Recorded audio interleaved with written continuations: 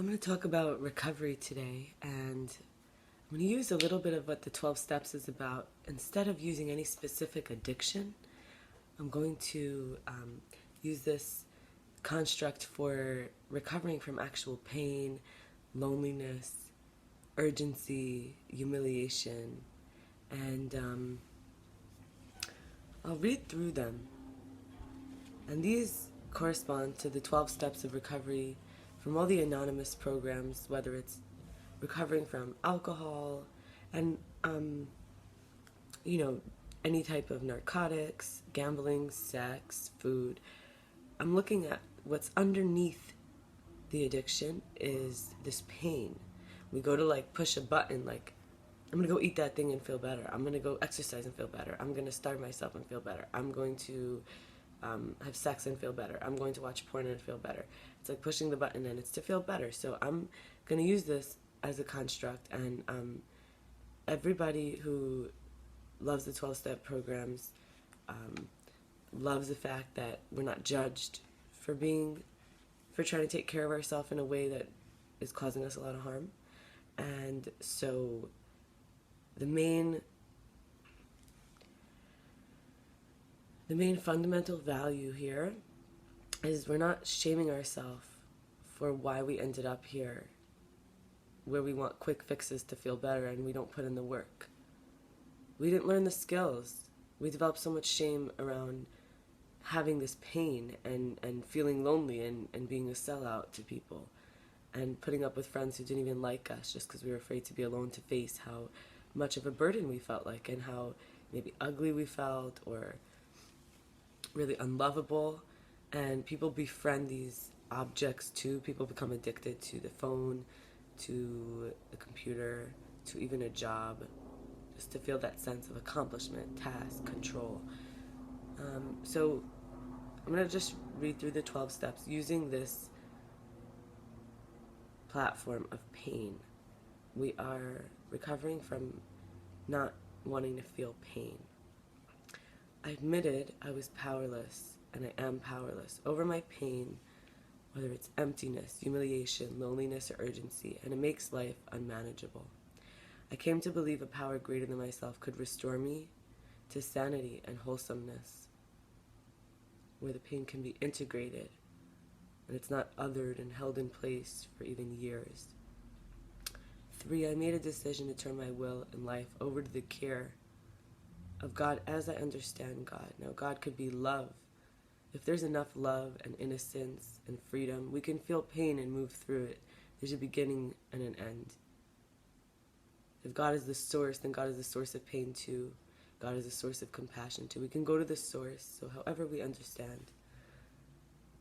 I made a searching and fearless moral inventory of myself. I looked at, in other words, the ways that the pain has caused me to be immoral, to act in fear, to hide, to try to control others, to treat others as a means to an end, just trying to get my needs met. My need became avoid pain at all costs, because there was times where we couldn't feel the pain in a safe way or we didn't have the support. 5, I admitted to God, myself, and another human being the exact nature of my wrongs. And we can say sin means to be without love. So when I couldn't love my pain, in other words, I couldn't love life. Pain and suffering is part of life, and if we touch something hot and it hurts, and we avoid it, we just keep numbing ourselves. We don't actually stop touching what hurts. We may stay in such toxic, unhealthy relationships, jobs, hobbies, lose all our money, lose our friends, lose our resources. I was entirely ready to have God remove all these defects of character, toxic coping, and attachments. I was ready to start again and be transformed, to think of pain in a new way, to see what was causing the pain, the loneliness, humiliation, if there was anything I could do about it. I humbly asked God to remove my shortcomings, where I felt insufficient, where I felt broken. So knowing I would have to be more responsible, I would have to be a co-creator with my Creator. I'd have to listen to that quiet voice. I'd have to learn how to meditate properly. In other words, not meditating for others. I meditated, but actually going deep into my pain during the meditation, into the demons. I made a list of all the people I'd harmed and became willing to make amends to them all. Now, first of all, this includes myself. I had to see all the ways in which I wasn't compassionate with myself, where I let others use my body, where I wanted so badly to be seen, where I felt I didn't have family but I wanted people in my life. And so I really wasn't kind or patient. I had a lot of hang-ups, and I was very judgmental, and I was very self-protective of. I wouldn't give myself away to the people who deserved me. And so I was able to reflect on how I wasn't who I wanted to be, but also that version of me wasn't me. I didn't have to get caught up with that version of me. I could let that one go and fix what I'd broken. If it was trust, and I recognized how much it hurt to have people who I couldn't trust, and I became someone who wasn't necessarily trustworthy. I would rather manipulate, people please, find a way out, than actually tell the truth. So I had to, if I wanted to feel whole again, I would have to recognize I'm a work in process, and I grew, and I'd have to confront those people and tell them, you didn't deserve that. And I wish I saw how precious your life is too. We don't always get a chance to do this. If somebody leaves the physical body, we can't really access them in the same way as before. I made direct amends. This is number 9. To such people wherever possible, except when to do so would be injurious or harmful to them or others. And there's times we want to tell someone, I caused your partner to cheat on you. I wanted what I couldn't have, but it would cause harm. Or, we want to tell someone, I lied to you. I didn't really love you. I just, wanted such and such. And that might cause harm. So we have to look at this. We have to think before we speak here. And a lot of these have to do with speech, learning how to speak up, learning how to tell the truth, first and foremost within ourselves, learning how to talk to God. There's no one who we can talk to like we can talk to the ever-present one who knows us inside and out. So learning how to talk to people when we made mistakes, but also recognizing it's not just for us, it's also for them. If we're going to hurt them when we share these things, it's causing more harm, still selfish. So we've got to make sure we do it in the right way. Number 10, I continued to take personal inventory. And when I was wrong, promptly admitted it. We learned how to be caring more about being righteous than being right. We wanted to do the right thing rather than have everyone else give in to our way. And that changes from wanting to be the star of the show, the alpha, all the time, which is a child that never grew up, and making everything about us. We learned how to take into account the people around us, our environment. We learned how to see things from other people's point of view. Number 11, I sought through prayer and meditation to improve my conscious contact with God as I understand God, praying only for the knowledge of God's will for me and the power to carry that out. So learning how to be a channel for healing, for love, for guidance, for truth, for connection, using our words, prayer, and using our attention in meditation. So we learn how to ask for what isn't just what we immediately want, but what might help us in the long run. How might we become more patient, caring people? What do we need on the way? Learning to speak to God from this angle of being an adult, not quite a child anymore. Give me whatever I want versus I'm going to need such and such resources in order to do what I'm supposed to do here. And I see I have these gifts and I'm going to need to cultivate them, so I need a teacher in such and such area. So we pray, and we pray for having a partner who's going to bring out the best in us, not who's going to do such and such and this and that and check everything off the list, but actually somebody who can bring out even where we're kind of struggling and weak, so we could let the wounds go, so we could actually hear things without reacting so much to them, so we could learn how to listen better, so we could learn how to save a little for somebody else too. And meditation is to be able to focus. To be able to focus, yes, of course we're going to be stressed all the time in life because part of life is suffering, and we're going to have the pain, the urgency, loneliness, humiliation, and emptiness, but we're going to be able to face it with a positive attitude. There's a beginning, middle, and end. There's the mindfulness will carry us through the portals. The emotions are the portals, and the mindfulness of meditating throughout, staying present, totally experiencing the moment and the sensations, and even our judgments of it will allow us to live in the world and learn what we need to see from these teachers, from the fear, from the sense of anxiety, even a different kind of fear, from the rage, which is buried pain. Number 12, having had a spiritual awakening as a result of the steps, I try to carry this message to others in pain and try to practice these principles in all my affairs. And then we start to recognize the people in pain in our lives, our parents who couldn't protect us from their pain, our siblings who were competing for a relief to pain, our teachers who had busy lives of their own and couldn't see us and wanted so badly to do the right thing, but forgot also maybe to be righteous and actually have integrity. And we start to be patient and compassionate with people. We think about how we needed to be treated, and it wasn't always with rejection or kind of domination or scapegoating and the ways that was done to us, and maybe thinking of the people who kind of like, one day said, oh, look at this one, she looks great in front of the other one, but then the next day told that one, oh, you're so this and that, and they're not. And so recognizing this triangulation and things, and when people do these things, they're often distracting from their low self-esteem, or they're, being dishonest because they don't have the language or the strength yet to communicate about these things. So when we look at addictive behavior, we can also see that there's a lot of needs we have that's part of life.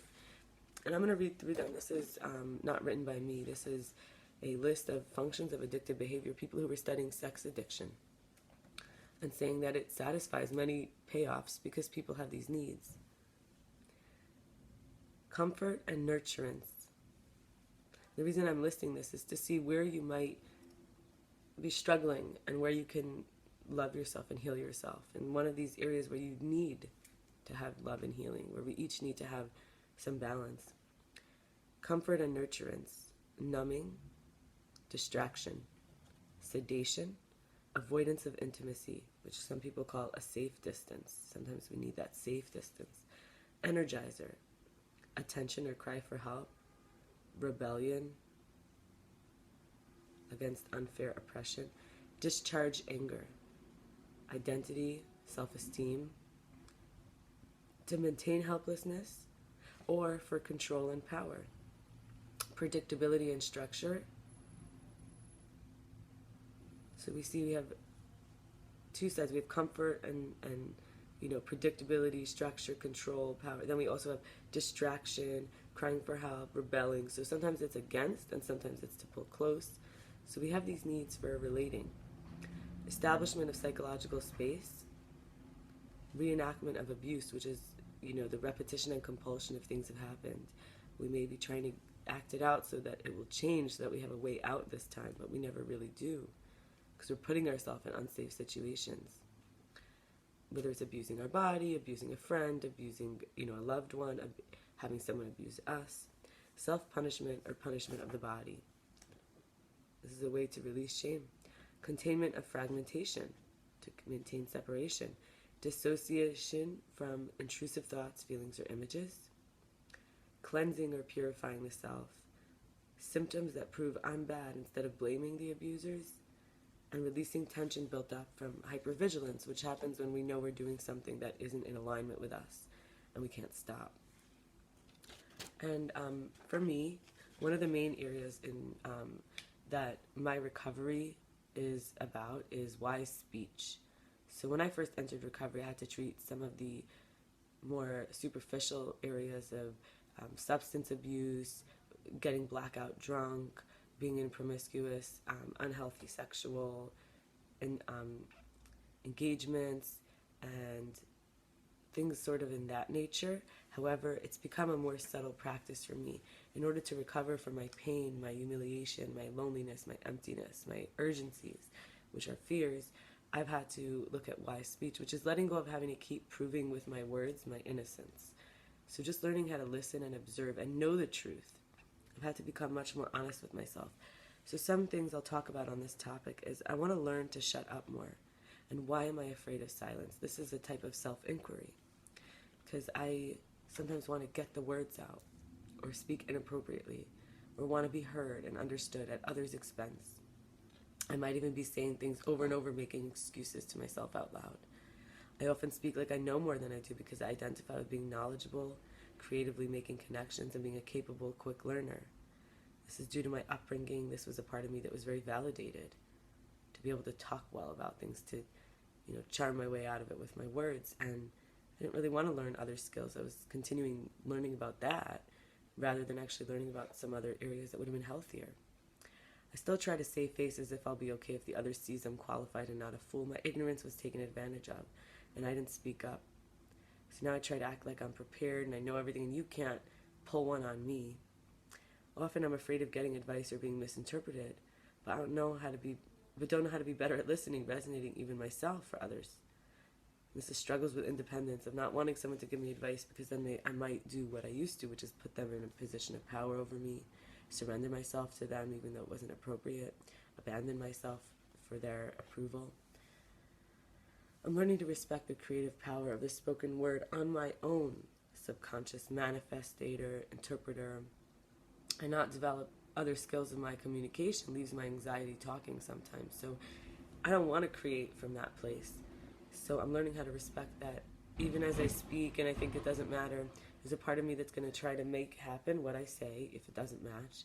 And then it thinks it's making me happy. And also my interpreter, the one who's always making meaning, is going to start misinterpreting in order to match these few words I spoke that aren't even real.